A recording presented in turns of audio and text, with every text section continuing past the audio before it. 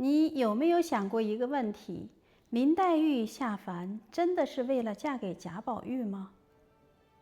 如果她是来成就一段美满姻缘的，那为什么最后泪尽而亡呢？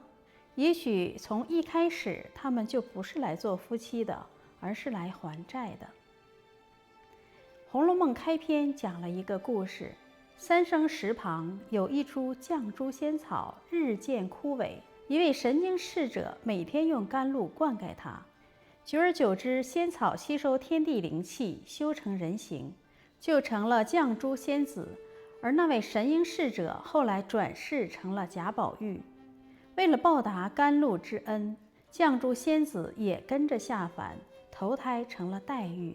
所以黛玉第一次见到宝玉时，有一种莫名其妙的熟悉感。宝玉也说：“这个妹妹我曾见过的。”很多人把这当成一见钟情，可从另一个角度看，这世间所有的相遇都不偶然，也许都是久别重逢。有些人出现在你的生命里，不是巧合，而是有一段未了的姻缘。黛玉最让人印象深刻的就是爱哭，她为宝玉哭，为误会哭，为委屈哭，为相思哭，一直哭到生命最后一刻。可她要是知道她是来还债的呢？如果黛玉知道当年神瑛侍者给她多少甘露，她就要还回多少眼泪，她还会不会那么痛苦，还会不会那么执着呢？很多时候让人痛苦的不是痛苦本身，而是不知道原因。很多时候我们就像黛玉一样，活在迷中，不知道自己是谁，也不知道会遇到谁，也不知道为什么碰到这件事。于是人们就把姻缘看成命运，把还债看成爱情，把过程看成永恒。后来黛玉泪尽而亡，宝玉第二次到太虚幻境，见到了已经成仙的黛玉。宝玉满脸泪痕，想和过去一样诉说情意，可迎接他的是陌生的黛玉。因为黛玉现在已经不是人间的林妹妹，而是潇湘妃子。她知道自己是谁，也知道自己为什么下凡，更知道那段情缘已经结束，情债还了，缘分尽了。很多人放不下的其实不是那个人，而是自己心里的那份执着。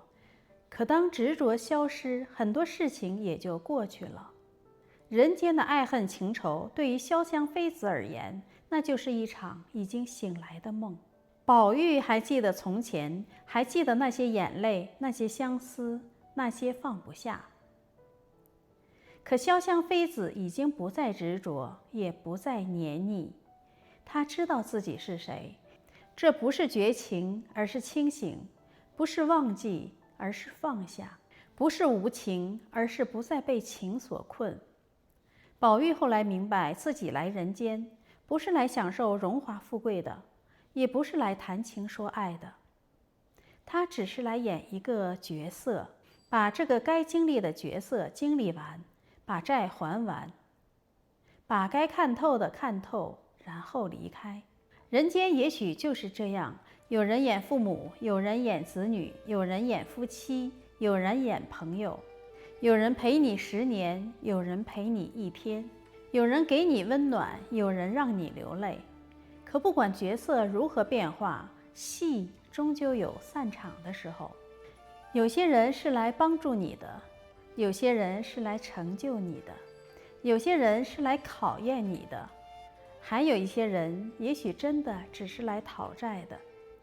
人间无债不相逢，那些山盟海誓的爱，那些刻骨铭心的情，那些让你念念不忘的人，也许都不是偶然。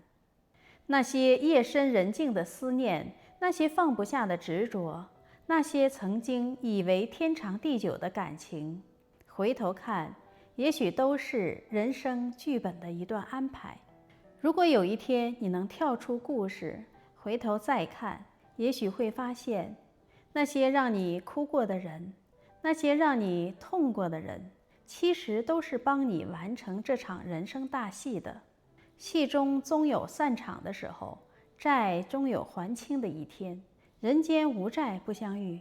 当你真正明白这句话，很多事情慢慢也就放下了。千般情，万般爱，说来说去都是债。这里是听风，我们下一个系列见。